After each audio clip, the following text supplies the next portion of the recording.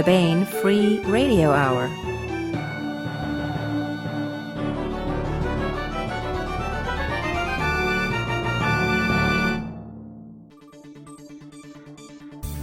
On the podcast, reconciling religious dogma, settled science, and the undiscovered Roman recipe for concrete. A planetary creeping darkness and a three-headed god collide. Plus part 12 of our complete audiobook serialization of Larry Correia's Hard Magic. All right now.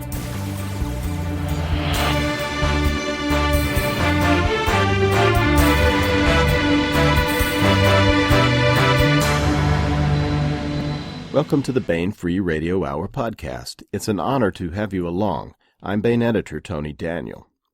This time we have an interview with P.C. Hodgell, the author of intricate and adventurous fantasy in the Kencyrath series. Pat's latest novel is The Sea of Time. She talks with us about the book, the ins and outs of world building, the weird imaginative pathways that in-depth research can lead her down, and all kinds of good stuff. And we continue our complete audiobook serialization of Larry Correia's Hard Magic. It's read by Bronson Pinchot. But first, here's the news. On the Baen.com page, we have new free fiction and nonfiction. We do this monthly on the 15th, and there is some good stuff up there for you to check out. Our latest free fiction is by Steve White, and it is set in his Jason Thanow time travel series, or Thano, and it's set in the era of his new Jason Thanow time travel novel, Ghosts of Time. That era is the last days of the American Civil War, when Mosby's Raiders were going up against Phil Sheridan's Dragoons. It's an excellent story, and Ghosts of Time, on which I was one of the editors, is maybe my favorite of the Jason Thanow books yet. For the July nonfiction, we have a science piece by neurobiologist Ted Roberts, Dr. Ted Roberts. The history of science is full of examples of settled conclusions, which must later be modified or even rejected, Dr. Roberts argues. He also looks at some of science's most famous blind alleys and shows why science is a process and not a conclusion. Plus, we have another special short story by the winner of the Jim Baen Memorial Short Story Contest for 2014. That story is called Low Arc, and it's by New Zealand writer Sean Monahan. This is good, strong science fiction with a hero who will not give up when faced with the worst the cold equations of natural law can throw at him. Find all of these right now at the Baen.com website, all free. And if you wonder where the old free content on the site goes, you can get it too, still free. It's collected in ebook form at baenebooks.com.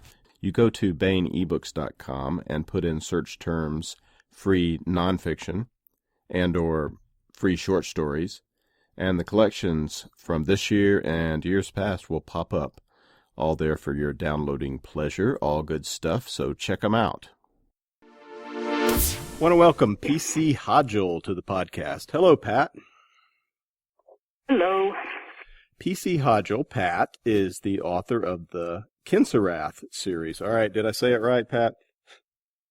Yes, you did. All right, of high fantasy novels. Pat is the daughter of two well-regarded artists and also has a rich scholarly background herself.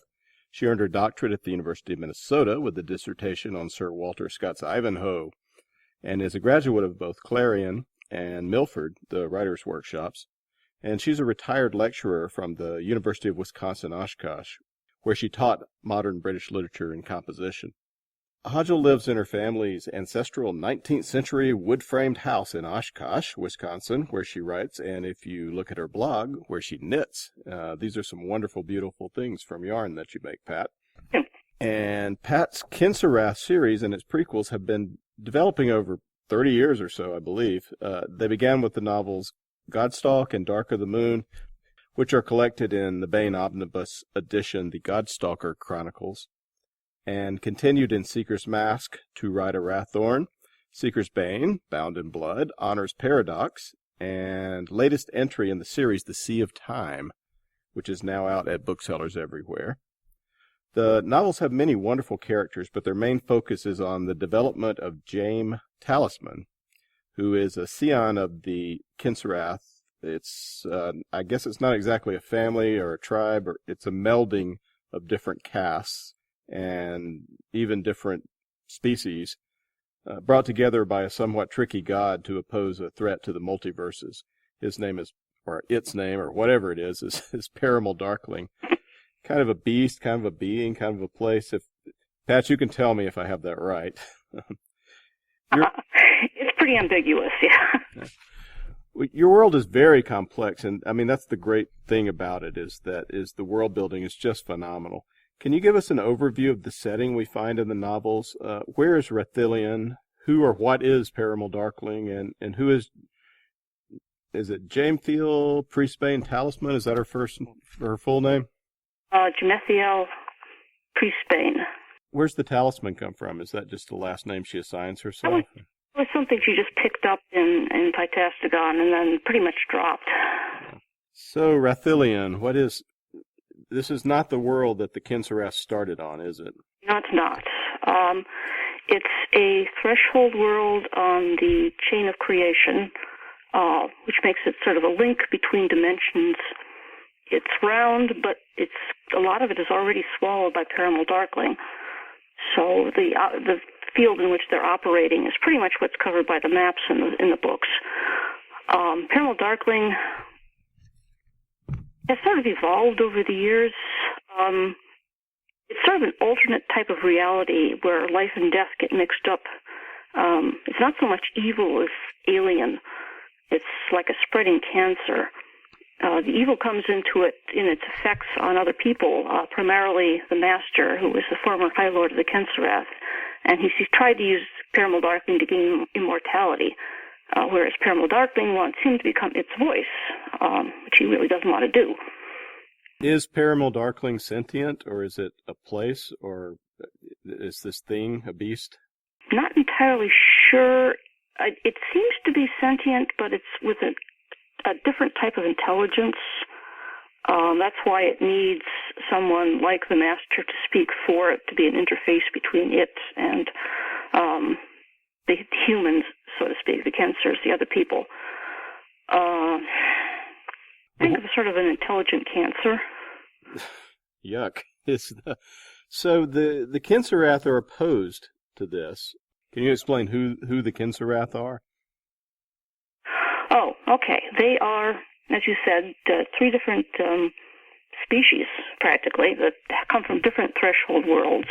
They were bound together by the three-faced god, as you said, to try to stop Paramal Darkling from moving from threshold world to threshold world down the chain of creation.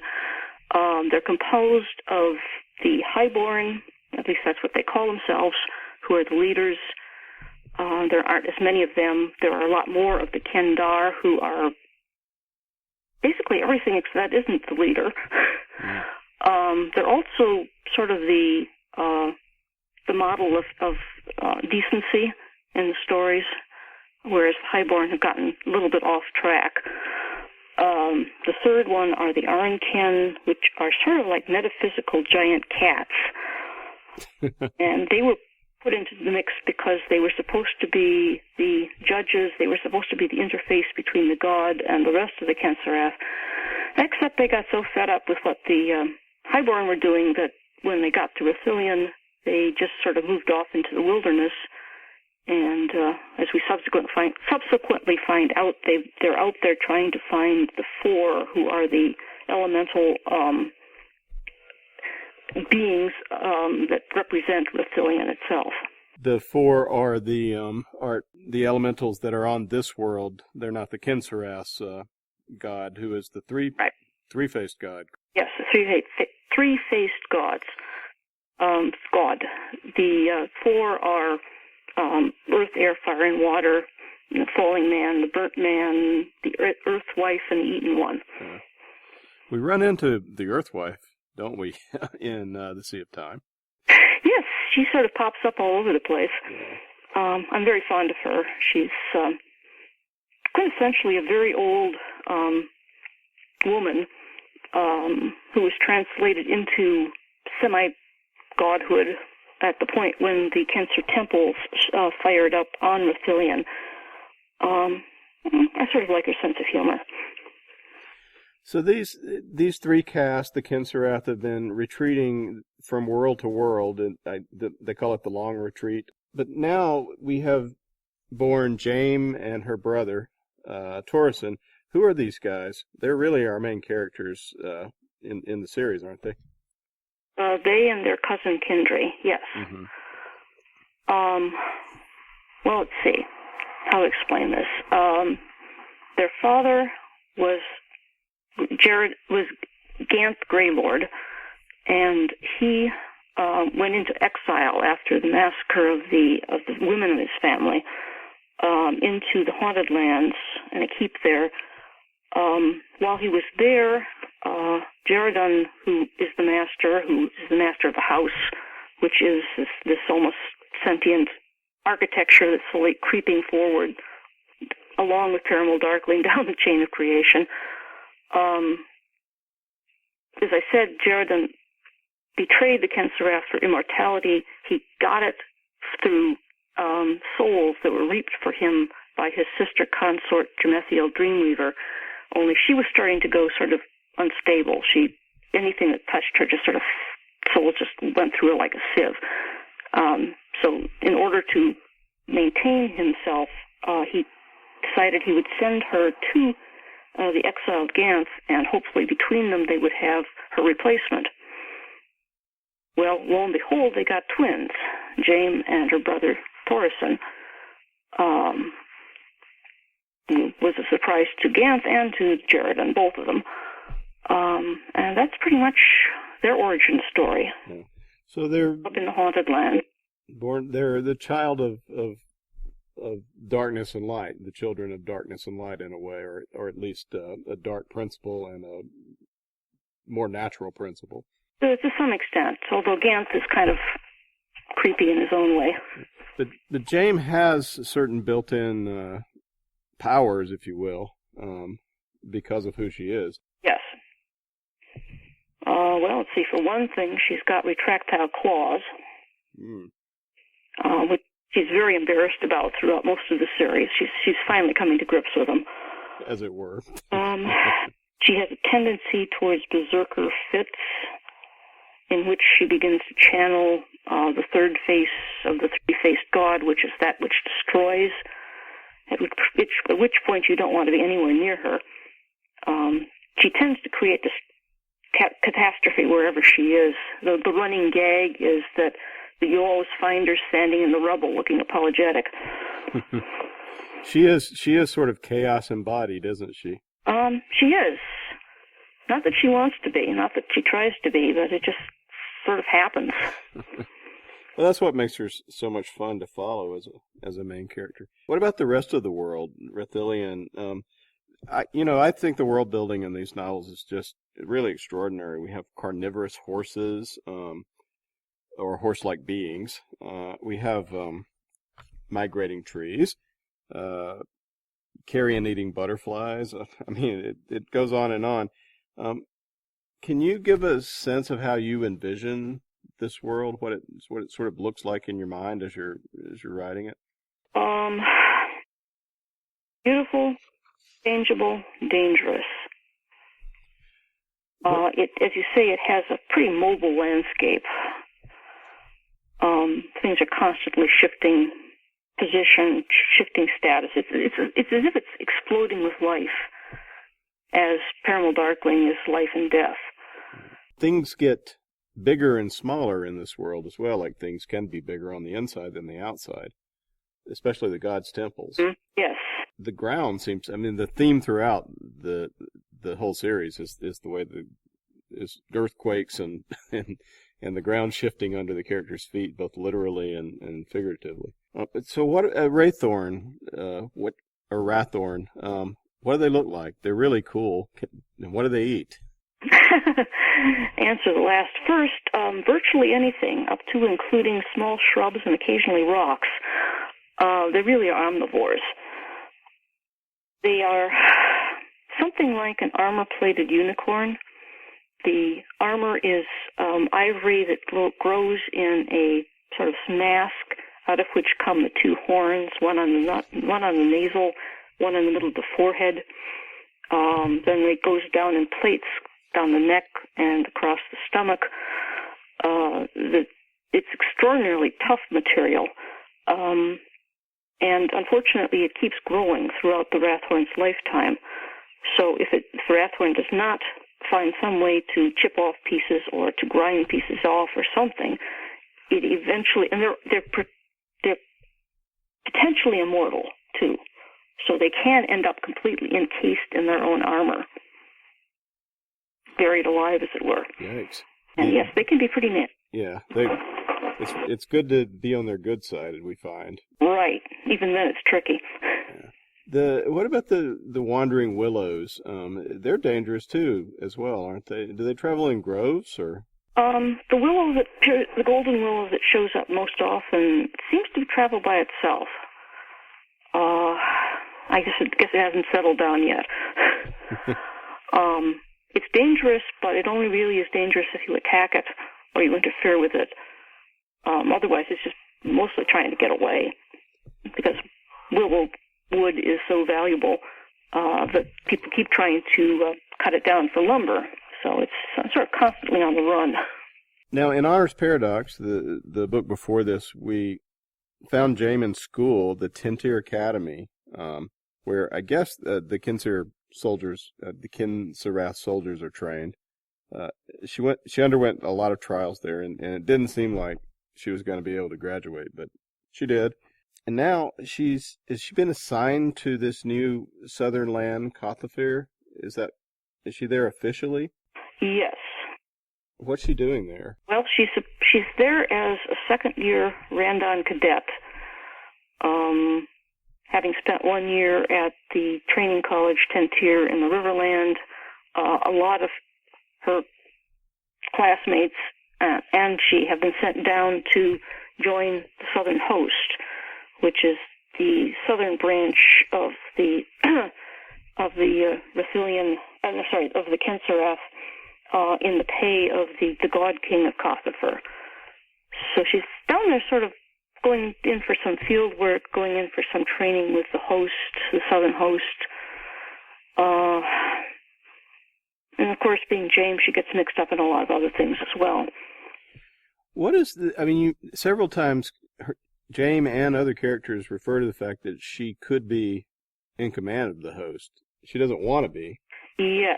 That's because she's, her brother has declared her his heir, his Lordan. And by tradition, the Kencyrath Lordan is supposed to be in command of the Southern Host. Now, it's been a long time since that happened. I mean, Tori was in command of the Southern Host, but at that point they didn't know he was the heir of the Kencyrath and the next High Lord, as it turns out. So yeah, if they were going according to the old politics, she would be in charge, at least in name, but obviously it's not something she wants to do. She spends a lot of time sort of getting out of the day-to-day mechanics of the host, and even of being a cadet. And this is sort of going to come back to bite her in the next book. Yeah, she sometimes gets off of duty when she feels like doing something else. On the other hand, she's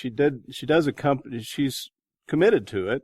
I mean, she accompanies her group out on this idiotic expedition where she almost gets killed. So, all right. So, what are they doing in Cothafir? There, Jaime encounters this sort of exiled old gods who live in there's a city and then there's an undercity. The cave is a wonderful sort of city in itself that's under the regular city, and there's a new god king on the top, and there's all these old gods who are down underground, still around. And is that correct? Have I summarized that in any way that sounds right? Yes.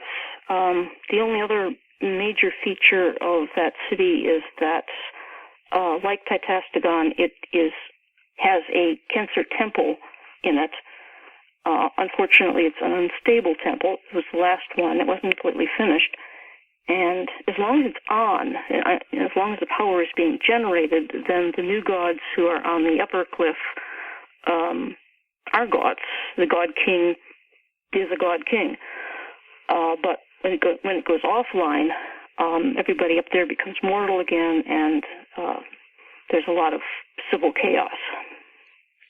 Is the fact that the Kencyrath are in this world, them entering it, did that make the possibility of new gods happen? Yes, it did. There's a direct link between the Kencyr temples starting up, the sudden arrival, well, not arrival, sort of, the four were sort of precipitated out of that world. They were individuals who then became elementals and had to spend a lot of time figuring out what that meant. But yes, any new god is a direct byproduct of the temples. And we meet the God King as a young boy. It's a flashback, right, with Torsen when he first came out here to head up the Horde. Yes, Tori meets him, and then Jane meets him, still as a young, thin guy. And I won't spill beans on that, but it's a sort of a question of whether he can be both this slim young man and also the incredibly obese king, who I think weighs something like 1,000 pounds. Who are the bad guys here? Why are the Kencyrath military in the employ of the God King of Kothafur? Well, Kothafur is a very rich city. It needs protection. The bad guys, I guess you would say, would be the Carnids of Urakarn, who have been mixed up in Kothafur's history a couple of times, and as we know from other books, they were involved in a massacre of Kencyrs from the southern host, including Tori got mixed up in that one. So part of bringing her down there is so that she can confront through dreams and other information things that happened to her brother down there during the time when he was, well, a bit younger than she is now. And part of the narrative is Jane finding out through a sort of connection with her brother's past that she's rediscovering what did happen to him. So we have sort of a parallel track narrative going on, right? Yes. Yes, originally this was going to be a companion book to Godstock, in the sense that it would be Tori's origin story as Godstock with James, but there wasn't really enough information there, so I combined them the way I did. So Jane is, she's young, but she's not the same age as her twin. Can you tell us how that happened? Yes, she's about 10 years younger than Tori, and that's because when they were children in the Haunted Lands Keep, her father drove her out. She ended up in Paramal Darkling, where time moves more slowly, and by the time she got back, the gap between herself and her brother was a decade, which is very confusing to everybody. One of the things we learn in the Tori parts of this book is that his father is not, while he's dead, he isn't really dead. Why is Tori so bothered by his dad? Well, Gantz was pretty much abused as a child by his older brother, Gresham, who was his father's favorite. His father was the High Lord. And when Gresham died unexpectedly, Gantz became High Lord. He was very insecure. He used rage to give himself strength. He hated the Shanir because his brother was one. And those are the people of the old power, people who have other talents than the normal Kencyr and are considered closer to their god as a result. Anyway, he really hated the Kencyr, not realizing that he himself was one. Let's see, when the massacre of the Knorth ladies happened, he really went off the edge. He attacked the wrong enemy, went into exile in the Haunted Lands. That's where he met Jamethiel Dreamweaver, had the twins. The reason that he's still haunting his son is partly psychological and partly that he tried to bloodbind Tori so that a fragment of him got into Tori's soul image and has been locked in the back of it behind a door, which is also, of course, symbolic of Tori not being able to face his father, not being able yet to face entirely that he also was Shawnir. But Dad seems to be behind the door, and he talks through it to Tori, and generally makes Tori's life pretty unpleasant. Kind of drives him. So the soul image you mentioned, this is a big thing throughout the books. What is that exactly? It's the idea that everybody's soul can be visualized in a particular way. My soul image would probably be the house that I'm sitting in right now. I grew up here. It's been in the family all this time. I identify very strongly with it. So if something's happened to me physically, there would be reciprocal damage to the house in my soul, in the soul image. And a healer like Kendry could go into my soul image as if walking into this house. If he repairs the house, then he repairs me physically.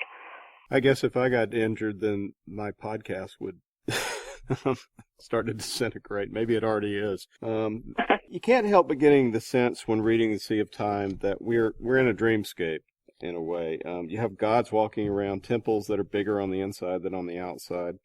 And it just feels like we're in a land of archetypes. Do you do that on purpose? Do you draw on any notions about subconscious archetypes like Carl Jung's? What about your historical studies also? Well, I was very impressed by Jung when I first discovered him. The things that he was saying struck me as intrinsically true, especially for a creative person. The idea that there are these shared images, archetypes, subconscious, that we all dip into. I began to realize that even though I was creating in pretty much a vacuum, I would suddenly come across something in my reading or someplace else and realize, oh, somebody else thought of the same thing before. It's got resonance. It's got roots. I've tapped into something here that I didn't even know existed. So I've been very much encouraged by that sort of sense of being connected to something larger than myself. And, of course, I don't think anybody sets out to write an archetype. You start out with almost a job description, say, wizard. Okay. Especially in fantasy, there is so much by way of stereotype, where you simply have, say, a wizard that could be transferred from one story to another without any great difference. They don't have any depth. Then you get an archetypal figure, say a wizard again, and it's not just, okay, here's somebody who can wave a wand and have things happen. This is a person who's got a history. He gets his power from a certain place. He uses it according to certain rules. And then you start to think about a lot of things, deeper things. How is power used? How does it change people? How do they choose between right and wrong when they don't seem to be held accountable by anybody? So then you get into the archetypal stuff, I think. At least that's my theory. All right, so you're not trying to bring this stuff in. What is your writing process like? Well, in the pure mechanics of it, it's probably not that different from most people. I do take copious notes, have a writing journal on my laptop, which is usually longer than the novel, where I try to think out the ramifications of various ideas and just sort of sound them out to myself to see if they actually work, and then what do they connect to and where can I go from there. You asked before about history, I think. Yes. Yes, I do a lot of research, not only about, say, the Middle Ages, which is sort of the default setting for epic fantasy, but you find so many wonderful ideas in the past, just day-by-day life. I've done a fair amount of research on agriculture. And then translated into how does the keep in the riverland actually function? What happens if the crop fails? What could be done in a fantasy sense to make sure that it doesn't fail? Or hunting. I've got a wonderful reference book The Hound and the Hawk, which lays out all of the details about medieval hunting. And so you get some really wonderful concrete details that you can then morph, as it were. I'll give you an example of other uses that I have of the research. This is from a previous book. I had to figure out some way to foreshadow that there was going to be an earthquake. Now, of course, in the modern world, we'd say, all right, if they're getting tremors here and there, this or that machine is working up. You can't do that in a fantasy, obviously.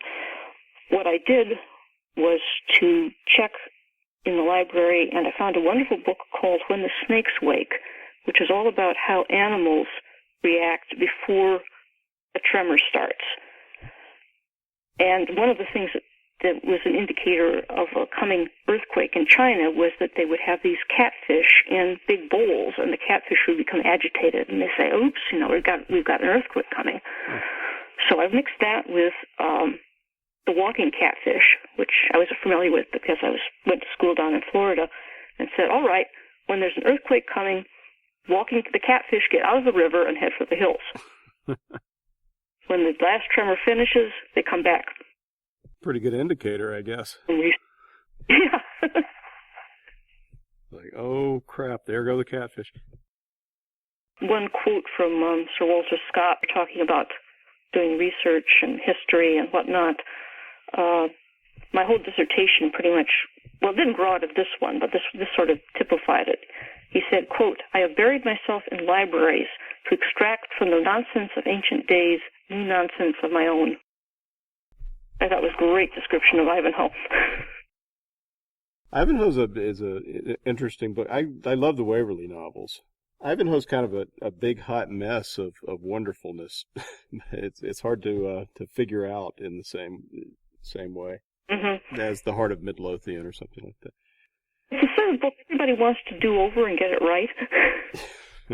So if I ever get around to it, I have a lot of notes for the fantasy sequel to Ivanhoe.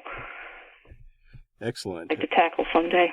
I mentioned before that you had these beautiful examples of your knitting on your blog, and I can't help but think there's a connection between the fact that you do these intricate, beautiful knitting patterns and the amazing world building of these novels. Do you feel a connection between is it a continuum? Yes. I deal with knitting, crocheting, needlework. I've got something akin to 5,000 kinds of yarn, which is all over the house at the moment because I'm working on a new project. But yes, there's something about working with all those colors and those textures and creating the patterns, weaving things in and out. It's a good metaphor for what you do when you're writing, too. So it gives me almost a sort of a tactile and visual point of reference. If I feel that way when I'm writing, then I know the writing's going well. If I'm not feeling that way, I go back to the knitting and try to regain it. Now, I know you also write horses. There's some horse lore in the series. Is Death's Head James sort of bonded Rathorn related to any horses you've known? Well, there's a curious thing about horses. When I first started writing this series, I loved them, but I didn't know much about them. I'd ridden a couple of times as a child. That was it.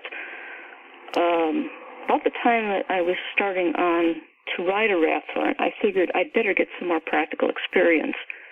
So I started taking lessons. I bought a Greenbroke saddlebred mare, helped train her, learned how to ride, fell off a great deal.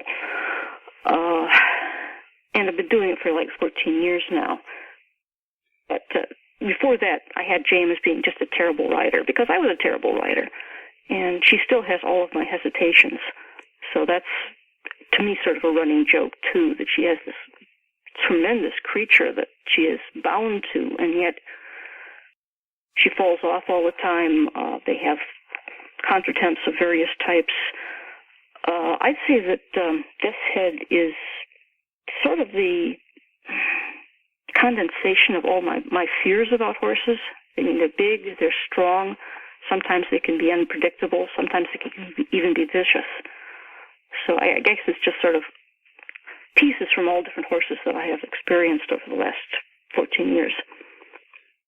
So you learned to ride because you were writing these books, then? Yes. Well, that, and at that time in my life, I really needed to be doing something that was out of the house.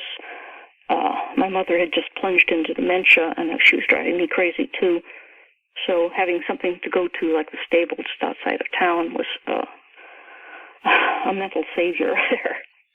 But yes, definitely the idea was in my mind that I needed to have practical experience, and that's certainly why I bought the horse in the first place.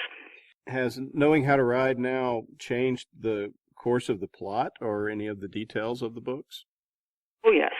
Yes, you wouldn't have had anything like the amount of horsecraft in the early books because I didn't know it. And, of course, the Rathhorn and the Winnow here both became important characters in the 3 10-tier books. So, yeah, that's a whole new source of inspiration.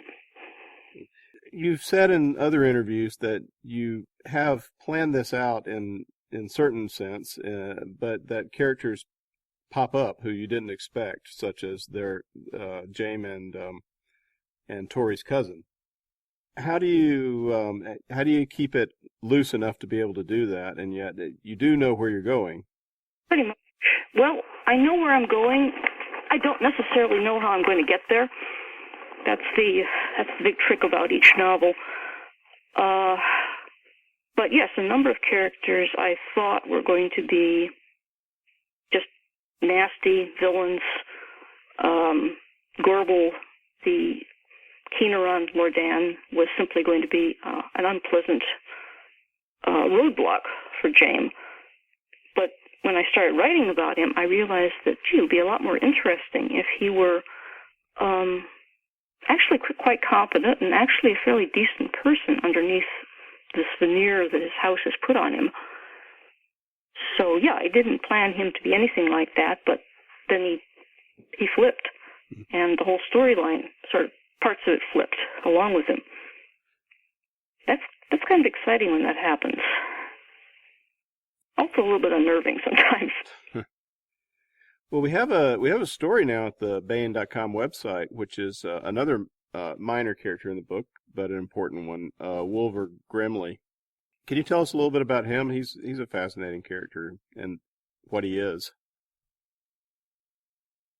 Well, he's a wolver, which is my take on a werewolf.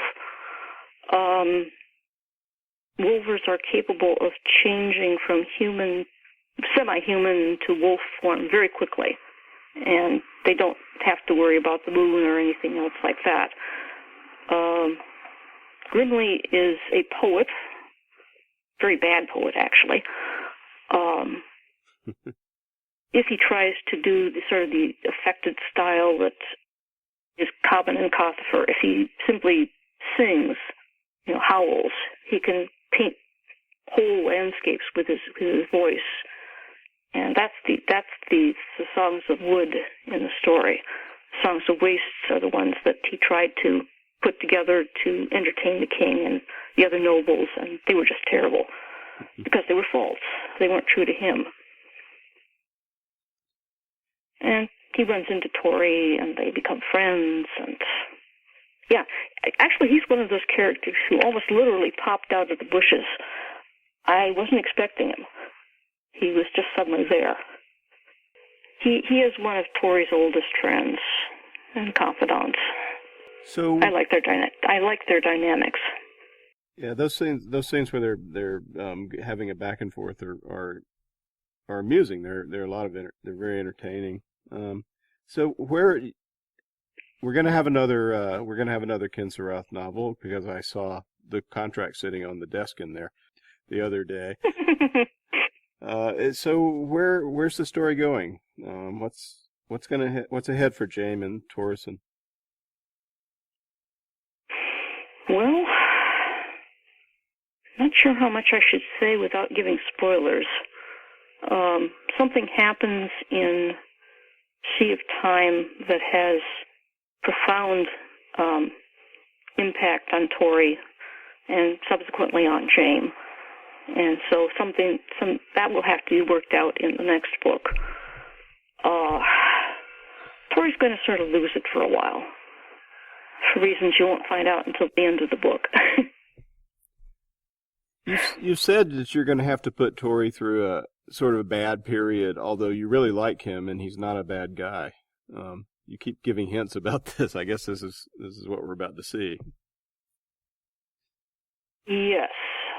This will be the book where everything hits the fan.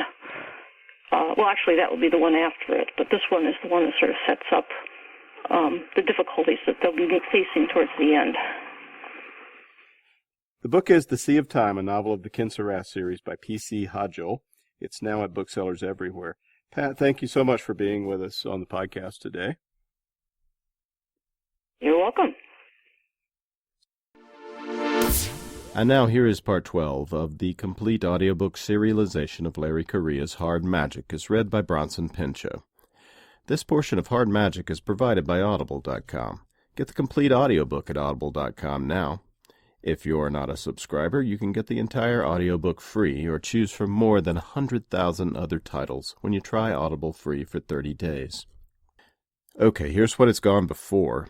It's the 1930s in America, but it's an America that has been magically changed.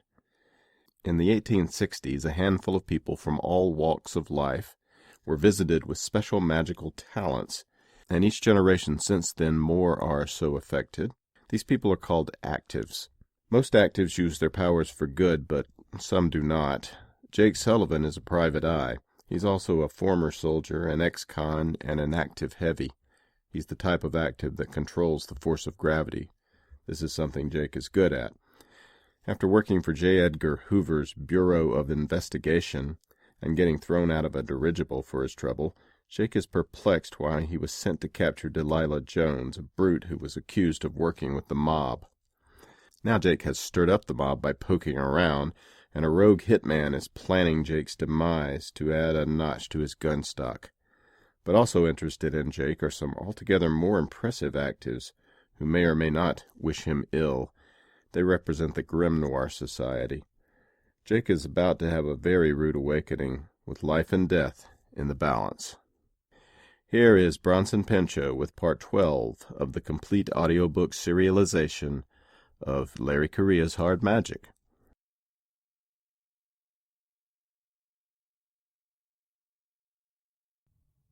Daniel Garrett went straight for the front door, while Heinrich went for the side.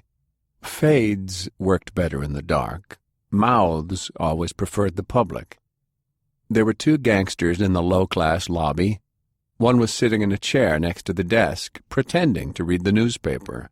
The other was acting like he worked there, behind the counter, except he hadn't even bothered to remove his hat. Both of them looked good and stupid. Dan kicked his power up a notch. "Good evening," he said, friendly as could be. "I'm in need of a room." "We're all full. Go away," grunted the man at the front desk. His posture told Daniel that he was holding a gun under the table. Dan always did enjoy a challenge. He reached out, his magic telling him the emotional state of the two. They were small-minded and brutal men. The beauty of being a mouth was that the dumber your audience, the easier they were to steer. Strong minds were much harder to sway, and they could usually sense the intrusion. "Hey, don't I know you guys? You look really familiar." So far so good, so Dan pushed harder. The two men glanced at each other, feeling a sudden deep sense of camaraderie. "Oh, yeah, I think I know you," said the one with the paper. "We're friends, don't you remember? That one time we all got together?" Dan asked, pushing as hard as he could. There was no time for subtlety. He was their buddy, their old pal. His magic was based on lies and coercion, but any moral qualms he'd had about using it had been put to rest once he'd seen the Imperium schools in action. "Oh, yeah," said the one behind the counter. "I need a favor." Both of them were smiling now. "Anything, Bob." "What room is Jake Sullivan staying in?" The goon flipped open the book and scanned down the page. "10th floor. 9th room. Our buddies are up there now to whack him." "Good. Good. Thanks a lot. That really helps me. You know what else would help a ton?" Both were smiling and nodding. "What?" "Anything for a pal." Dan hesitated. He wasn't as heartless as he'd thought. First he had to know, "Are you bad men?" "I've killed 3 people for Lenny Torrio," said the first one proudly. The second one snorted. "Big deal. I once broke an old lady's hip because she owed Mr. Capone protection money. Then I beat her head in 'cause she got lippy." "That would do." "Great, guys, just great. Do me a favor, would you?" "No problem." They both were grinning stupidly. "Give me a second to get out of the way. Then I want you to kill each other." A mouth couldn't force someone to do something that they normally wouldn't consider. It didn't work like that. Even someone as strong as Dan could only sway someone down his natural path. All he could do was push what was already there. If he'd asked a decent person to murder a friend, it would simply break the spell. Only a real piece of work would take such a small amount of influence to do something so heinous. Dan wasn't even in the elevator before they started shooting. Heinrich caught the door right before it closed and slipped inside. That didn't take long. "Not much loyalty amongst gangsters, I suppose. 10th floor, please." Amish checked the safety on his Thompson. He wasn't going to screw this up. Brick was the biggest, so he moved up to kick the door. Hoss reached up and unscrewed the hall light, plunging them into shadow. The boys had done this kind of thing before. The Jap just hung back, looking bored. There was a big glass window at each end of the hall, and enough streetlight was coming in that Amish could still see his buddies. This was going to be great. He squeezed the Thompson tight. "Do it! Do it!" Brick reared back and kicked hard. His considerable weight tore the lock right through the jamb, and the door flung open with a bang. Amish leapt through, screaming, turned toward the bed, spotted the lump in the middle of the blankets, and mashed the trigger. He fired from the hip, stitching hot slugs through the bed, the headboard, and the wall. He jerked the foregrip back down and kept ripping the bed, flinging feathers and bits into the air until he'd hammered through the entire 50-round drum in one continuous smoking burst. "Take that, stupid heavy, yeah!" Amish shouted. "That'll learn you up real good." Hoss rushed past him, double-barrel shotgun in hand, grabbed the blankets and yanked them off the bed, revealing nothing but a pile of bullet-riddled pillows and clothing. Hoss started to shout, "Where is—" But then his chest and head erupted in a shower of red, as a swarm of giant bullets stitched him. Hoss tumbled dead to the floor. The heavy stepped out of the bathroom, shirtless, holding an enormous black cannon to his shoulder. The smoking muzzle swiveled toward the doorway where Brick had appeared, and there was a terrible thunder. Brick disappeared back into the hall, and Amish blinked as something hot and wet splattered him in the face. It took him a second to realize that he had just been hit with part of Brick's skull. The cannon settled on Amish last, and the heavy paused, with a little smile that seemed almost sad. "Lenny couldn't even bother to come himself?" Amish pushed the release and yanked the drum out of the Thompson, then fumbled at his pocket for a stick mag. The heavy just shook his head, disappointed. Then everything was wrong. Down was now behind him, and Amish screamed as he fell through the door and into the hallway. "How?" He felt his collarbone snap as he hit the wall. Gravity came back suddenly, and Amish spilled onto the hall carpet. Pain washed through him in waves. The heavy appeared in the doorway, glanced quickly both ways, and saw the Jap. "Who are you supposed to be?" the heavy asked. The Jap didn't answer. He just opened his big coat and showed his sword. Amish looked back and forth between the two terrifying men and knew that he was about to see one hell of a fight. But the heavy just did his trick with gravity again, and now down seemed to be the end of the hallway. The Jap began to fall, but whipped his sword out and jabbed it into the floor, and he was hanging there as Amish tumbled down the carpet past him. The window barely slowed him. Amish opened his eyes inside the shower of glass to see that he was gliding over the street 10 stories below. "I'm flying!" It was the most wonderful thing he'd ever experienced, until he reached the end of Sullivan's range. Then gravity returned to its normal direction, and the street rushed up to meet him. "Who are you supposed to be?" Sullivan asked. The man at the end of the dim hall threw open his coat, revealing the blue-wrapped hilt of a sword. His hand hovered over the handle of the blade, waiting. Jake's curiosity did not run as deep as his apprehension at facing a crazy guy with a giant razor. He spiked, bending gravity's pull to a different angle. The dead body and the cross-eyed reader slid down the floor, but the other drew his sword in a flash as the power hit, took it in 2 hands, and drove the silver blade deep into flooring. The reader zipped past, hit the window, and took the whole assembly with him into the city. The swordsman hung from the end of the blade, parallel with the carpet, dangling, patiently waiting for the spike to subside, watching Sullivan curiously the whole time. The power needed to distort gravity for so long was too much, and Sullivan let go, letting himself fall against the doorway. The swordsman landed on his hands and knees, then took his time getting up. He pulled his blade from the wood, then spun it once quickly through the air before letting it dangle loose in his hand. His fedora had gone out the window with the reader, but other than that he seemed fine. "I did not realize the Americans had developed their heavies to this extent." "I'm big on self-improvement." The man was an Oriental.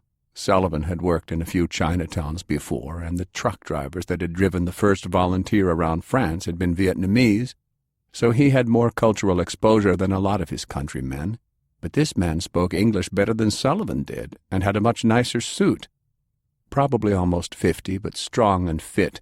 He was remarkably tall compared to the other Asians Sullivan had known, probably just under 6 feet, and appeared a little too confident. "You ain't from around here, are you?" "I am impressed with your level of mastery, Mr. Sullivan." He gave a very formal bow. "It is a great honor to battle one such as you." Sullivan raised the Lewis gun to his shoulder. "There's nothing honorable about battle," he replied, pulling the trigger. A short burst of .30 caliber bullets hit the swordsman square in the chest. Sullivan lowered the machine gun, but the swordsman was still standing. "Impossible." A string of .30-06 should have put even the toughest brute on their ass. The swordsman started forward slowly, raising his weapon, both hands on the hilt, blade held rigid next to his head. Sullivan leaned into it this time. When the first heavies started drifting into the first volunteer, they had been put to work as machine gunners. Even the least powerful heavy could carry 5 times as much weight as a normal. An active heavy could lower the tug of gravity on his weapon, so even a pig like the Lewis Mk3 was handy to run around with. But the less a gun weighs, the more it recoils, and the harder it is to control, so a clever spiker actually increases the pull on his weapon when it's time to put the hammer down. The giant barrel barely moved as Sullivan pounded the remainder of the drum magazine into the swordsman. Each .30-06 bullet hit with an impact sufficient to quarter an elk, but instead of tumbling through flesh, the bullets exploded into fragments against his body. The hallway was pummeled with noise. The air was thick with unburned powder, and shining brass cases bounced along the floor. When the Lewis bolt finally fell on an empty chamber, the swordsman was still there, clothes tattered, but flesh unharmed, and his slow walk turned into a charge. The sword descended as Sullivan desperately used his power, hurling his attacker back. The swordsman fell a few feet, but instantly adjusted and drove himself back toward Sullivan in a leap. The big man shouted as the end of the blade flickered through his skin.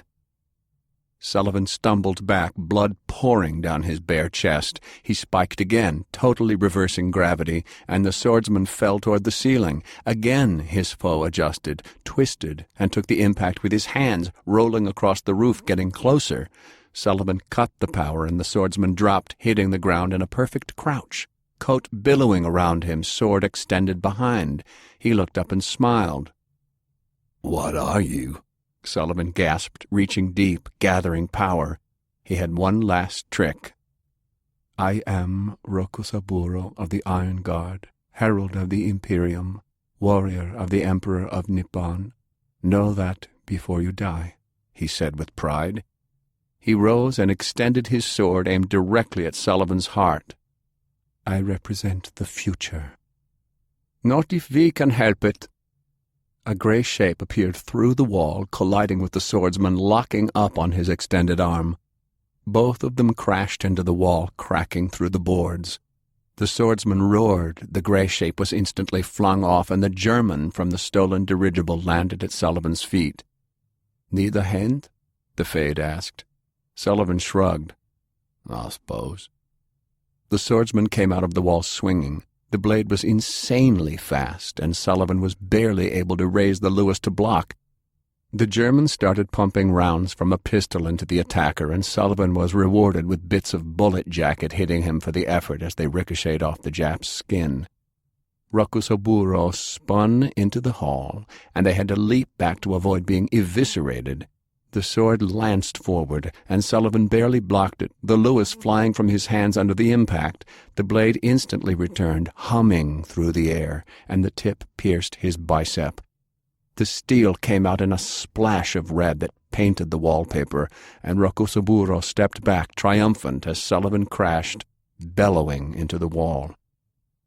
The sword flicked back to finish him, but the swordsman's head rocked as he was struck from behind, and the blade passed within a hair's width of Sullivan's throat. He jerked his eyes up to see a bespectacled man walking down the hallway, firing a handgun repeatedly into Rokusaburo's back. It was just as ineffective as before, but at least it was distracting. The swordsman turned toward the new threat. The Fade came off the floor, leaping past Sullivan, and kicked the Imperial in the back of the legs. The Japanese went to his knees, but simultaneously reversed his sword and drove it up, right through the German's guts. The Fade was too quick with his power, and the silver blade erupted through nebulous gray smoke. The mass sidestepped, reformed into solid flesh and bone, and kicked Rokusaburo square in the skull. The swordsman's head snapped back hard, but then came right back wearing a vicious snarl, and the German had to dive away to avoid the sword. Apparently, hitting him did about as much good as shooting him. Sullivan pushed himself off the wall and stumbled forward, splattering blood in great pulsing gushes from his arm, but still he was calm, analytical, trying to find a way around Rokusaburo's power. Even while bleeding out, Sullivan was able to note that the Jap's clothes were shredded, but it was like his skin turned to hardened steel on impact. He had never heard of the power of indestructibility before, but like any other power, it had to have limits. It had to run out eventually or break when pushed too far. Sullivan cleared his head, using his power to see the world as it really was: mass, density, and force. He could feel the power of his opponent, and he understood then what was happening. The Jap was like a reverse Fade. Instead of making himself hazy until his body could pass through solid things, this one was increasing it until nothing could pass through. It was taking a staggering amount of energy. It was time for Sullivan to play his final hand. He needed to get real close for this to work. He was too big and slow to get past that 3-foot razor blade without losing a limb. He needed a distraction. The man in glasses had reloaded his pistol and started shooting again, diverting Rokusaburo's attention long enough for Sullivan to hiss, "Fritz, take the sword again, then get back." The German nodded quickly and moved in. The Fade charged in one way, going gray, just as Rokusaburo swung through him, and Sullivan dove straight at the swordsman. Superbly trained, the sword was already coming back around in a killing arc. They collided. Sullivan took every bit of power he had and let it all go at once, channeling it through his body, increasing gravity's strength, bellowing at the world to pull them down under the strength of 50 Earths. The swordsman gasped as the magnificent force crushed down on him. He fired his own power, and Sullivan could feel his own hammering like bombs against a bunker as the two magical forces slammed together. The floor beneath splintered and exploded, and the two dropped through, hitting the next floor down without even slowing, blowing through landing after landing 10 stories in an ever-quickening cascade, until they crashed through a series of pipes and into the concrete of the foundation. Still Rokusaburo's power held, invulnerable, struggling, taking the impossible force. The foundations cracked and turned to powder under the pressure, but Sullivan kept pushing. The walls bent. The lights crackled and died. Sullivan could feel something burning beneath the swordsman's clothing, some other alien source of power that he was drawing upon to sustain his invulnerability. Then finally, inexorably, he felt his enemy weaken. Rokusaburo screamed in frustration. His power flickered like a flame deprived of oxygen, and then it was extinguished. The full impact of Sullivan's power hit him then, and Rokusaburo was just gone, replaced by a sudden, pressurized red mist that instantly coated the entire basement. Sullivan lay there for a moment as the world returned to normal. It took a few seconds before he could breathe again. He slowly pulled himself out of the dripping crater and spit a mouthful of blood that he was relatively certain was his own. His power was gone. He'd never felt so tired. Gradually realizing that he was bleeding, he mashed one big hand against his torn arm, but the blood just leaked between his fingers. The Japanese sword was twisted like a pretzel and embedded in the floor. The damaged boiler was hissing and screaming. It hurt to turn his head, and he was certainly no boiler mechanic, but all those gauges breaking and steam shooting out like that had to be a bad thing. A gray shape fell through the broken ceiling, and the fade landed softly next to the indentation. He took in the majestic mess in awe, then looked down at his shoes in disgust and kicked away something that had probably been one of Rokusaburo's more elastic organs. He paused long enough to pick up a piece of the broken sword. "Souvenir," he explained with a smile, then noticed the hissing boiler. "Come, my large friend. I believe this building is going to fall down on our heads very soon." Sullivan didn't know if he could trust the German, but he was too tired to argue.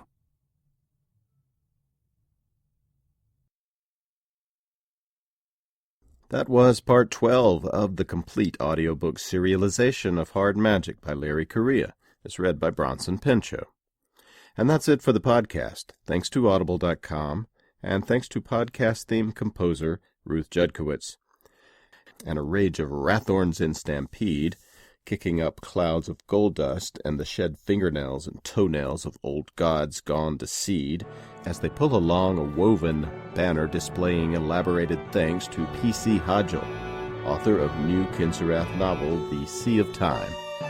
Please join us next time here at the hammering heart of science fiction and fantasy, and keep reaching for the stars.